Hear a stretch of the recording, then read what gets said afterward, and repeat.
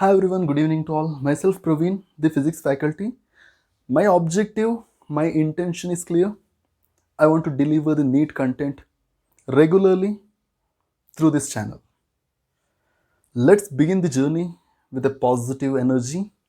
Let's start with a new content, that is motion in a straight line. Look at you. If I consider an object and I'm going to apply force to that object, if you apply force to that object, if the object is moving from one point to another point, then we can say that the object is changing its position, right? Suppose if I apply force to this object and the object is not changing its position, then I can say that the object is occupying rest condition, right? Yes. So these factors can be explained under a branch of physics called mechanics. What we call it as? Mechanics. Okay. So this mechanics means it is the branch of physics which deals with study of state of an object under the action of force. Study of state of the object under the action of force means what? State means there are two conditions. One is rest state, another one is motion. Okay. So if I apply force to an object, then if the object is not moving, then it's a kind of study. If the object is moving, it's also a kind of study. That comes under this mechanics. Okay, is that clear? Fine. Shall we move to the next concept then? So this mechanics is classified into three types. Look at here. This mechanics is classified into three types. First one is statics. Second one is dynamics. And third one is kinematics. In this chapter, we deal with this kinematics, okay? Before going to that kinematics, we must know what is statics and what is dynamics, right? So let's discuss statics. So statics means, look at you, it is the branch of mechanics. In statics condition, I consider a body and this is the body. I apply force to this body. Whenever you apply force to that body, if the body is not changing its position, then we call it as what? Then we call it as static condition. So here the object is not moving. If you apply the force, the object is not moving. If the object is not moving, then we call it as stationary state. Okay, so this is our static condition. Then what is static condition? Think. Yes, got it. So static condition means it is the branch of mechanics which deals with study of stationary object under the action of force. The concept is clear, right? Next we are going to dynamics condition. So what exactly this dynamics means? In case of dynamics, same body, I am going to consider the same body. This is the body. I apply force. Okay. Whenever you apply force to this body, if the body is moving, which means the body is changing its position. If the body is changing its position, then such branch of mechanics is considered as dynamics. But main point is, whenever you explain dynamic state, you must explain the cause of motion, why that motion is happening. That you must explain here. We all know that the motion is executing due to what? The motion is executing due to the applied force, right? Whenever you apply force to an object, this object influenced by means of what? That force, and this object moves forward direction. Clear, right?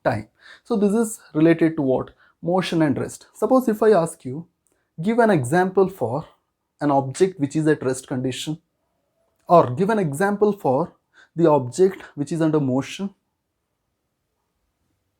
We can't predict the absolute motion and absolute rest condition. Okay, so in physics, absolute motion and absolute rest condition is not defined. Got it? So this is related to motion and rest. So after indicating motion and rest, why it is not defined? Please tell me. Because continuously all the objects are moving. There are maximum galaxies are present.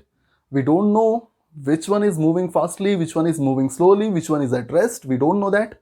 That's why rest and motion is not absolute rest, and absolute motion is not defined. I hope you got the concept. Okay. So now after this rest and motion, our objective is to study a new concept, that is point object. Point object. So point object means it is an object whose size is negligible when compared to the distance traveled. What it means? Got the concept? Look at here. Suppose if I consider a road, okay. So here to here distance is 100 meter.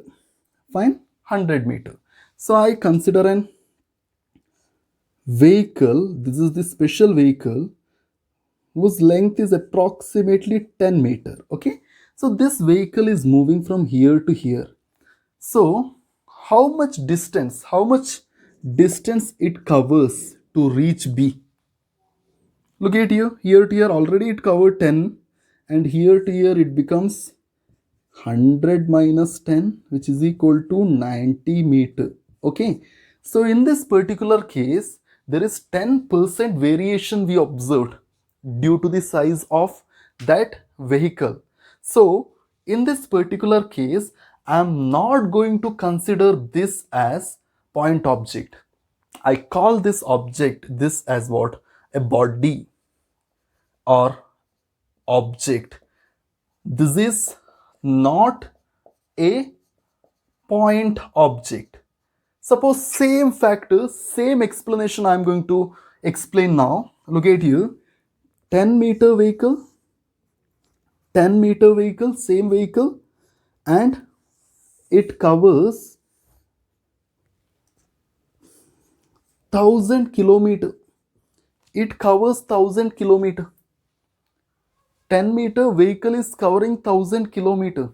Then in this particular case 1000 kilometer is very big. It is very large. If you consider this 1000 kilometer as very large, then this 10 meter is negligible when compared to distance, right? It is negligible when compared to distance. Then in such cases we consider the object as point object. Is that clear? What do you mean by point object then? Point object is the object whose dimension is negligible when compared to the distance traveled. Simple concept. Simply think, right? Okay, fine. Shall we move to the next concept then? Yes. Now let us discuss frames of reference.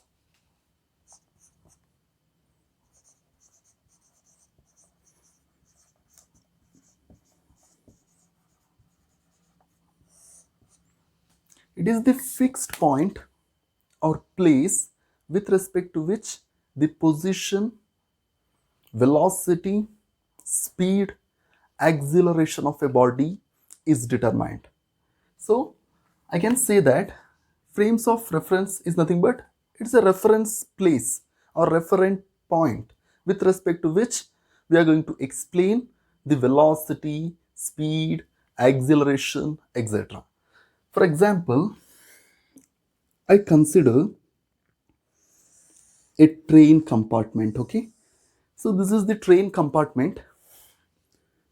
In that train compartment I'm going to indicate two seats. Okay, so here one seat, here another seat. Fine. So let us indicate two person. These two persons were sitting with respect to this chair. Fine. So here to here distance approximately, I will represent that distance as 50 centimeter. Let us assume that the distance is 50 centimeter between this and this person. We'll call this person as A, this is B. Fine. In between A and B, the distance is 50 centimeter. Now let us consider the third person who is standing in platform. I call this person as C. This person is observing this train and these two people. So if he observe A and B person, these two persons were moving in this direction, right? Correct? So let us assume that this direction is east direction. With respect to C, this train is moving in east direction. So with respect to C, A and B person is moving, right? Yes, yes. So now I am going to consider this A person. Okay. Now this A person is observing this B person. Both are inside the train. The train is moving in east direction with respect to this person. Okay. Now the A is observing B. If A observes B, whether with respect to the compartment this B person is moving or not. Got the question? With respect to the compartment, whether this B person is moving or not. That B person is not moving with respect to that compartment. Okay, so inside this compartment, the entire compartment is moving, but the position here 50 centimeter is there, right? This 50 centimeter is not going to change. It does not become 60 or it does not become 40. It is fixed. So we came to know that with respect to the frames of reference, the value of acceleration, velocity, okay, speed, all changes. So that's why frames of reference plays an important role in motion in a straight line chapter. Or if you consider motion in a plane also, it plays an important role. Is that clear? Then what do you mean by frame of reference? Frame of reference is nothing but it is the reference point or place with respect to which position, velocity, acceleration, speed of an object is determined. Fine. Now we will discuss distance and displacement.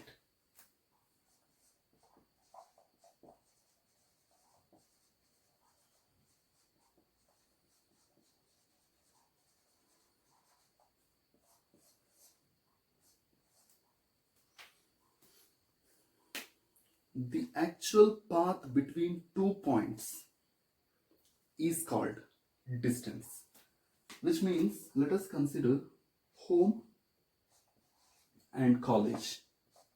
Okay, so this is the path between home and college, that is the road. Okay, so this road is actual. With respect to this one only you are moving to college. So this actual path between 2 points is called distance. So we call it as distance.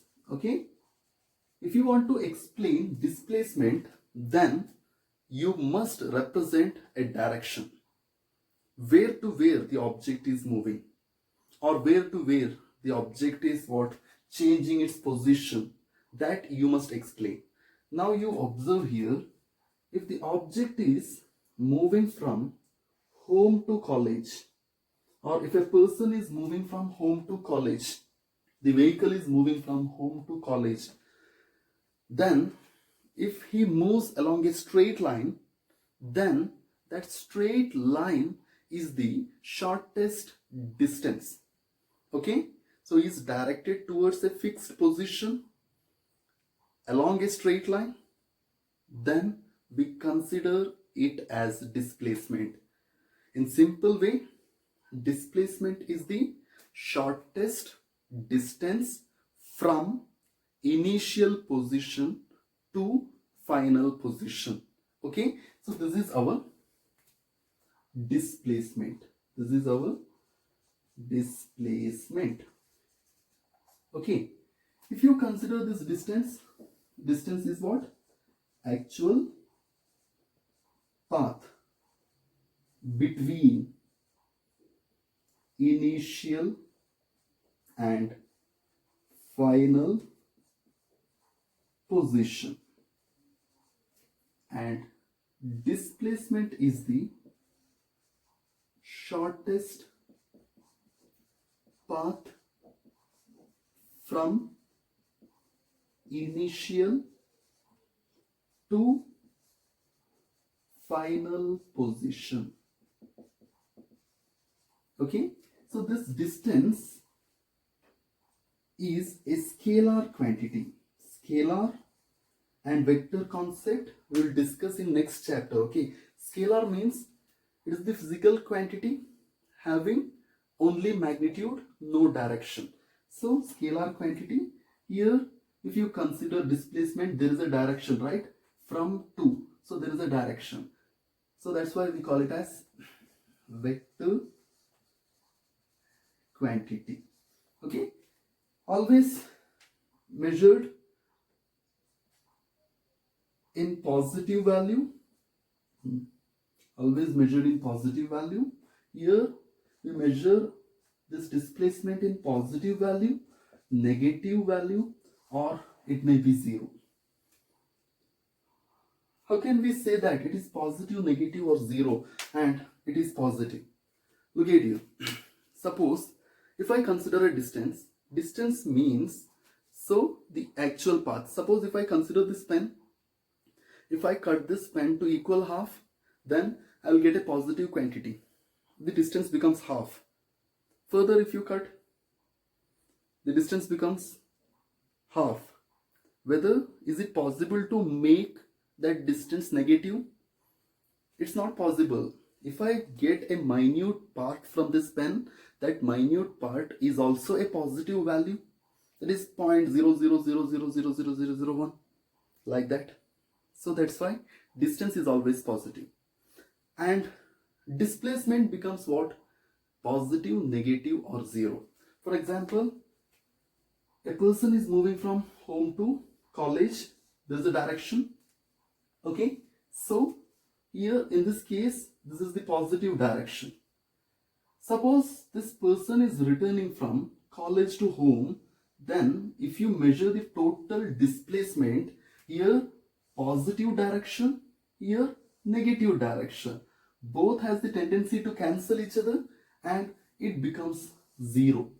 In that particular case, if the person is moving from home to college and is returned back to home, then in such case we prefer that displacement value equal to zero, because plus distance minus distance get cancel each other. Got the concept? Yes. Okay, so next, this displacement becomes negative. When this displacement becomes negative, suppose the person is moving from home to college. Okay, so this is positive displacement, and this person is moving from college to his friend's home. Here home to, okay, he went to his friend's home. Then this, suppose if here to here distance is 50 meter, then here to here distance is 100 meter. So positive direction distance is what? 50, and negative direction distance is minus 100, so which implies minus 50 meter will be the displacement. So this is what distance and displacement. If you are indicating distance value, always it's in positive. If you represent what displacement, then it may be positive or negative or zero. Okay, now it's the time to end this session. In next session we will discuss the problems related to frames of reference, distance, displacement concept. Please do subscribe this channel. Send the link of this channel to all the NEET aspirants. We'll study the concept properly and thoroughly. Thank you all. Stay safe, stay home. See you in next class.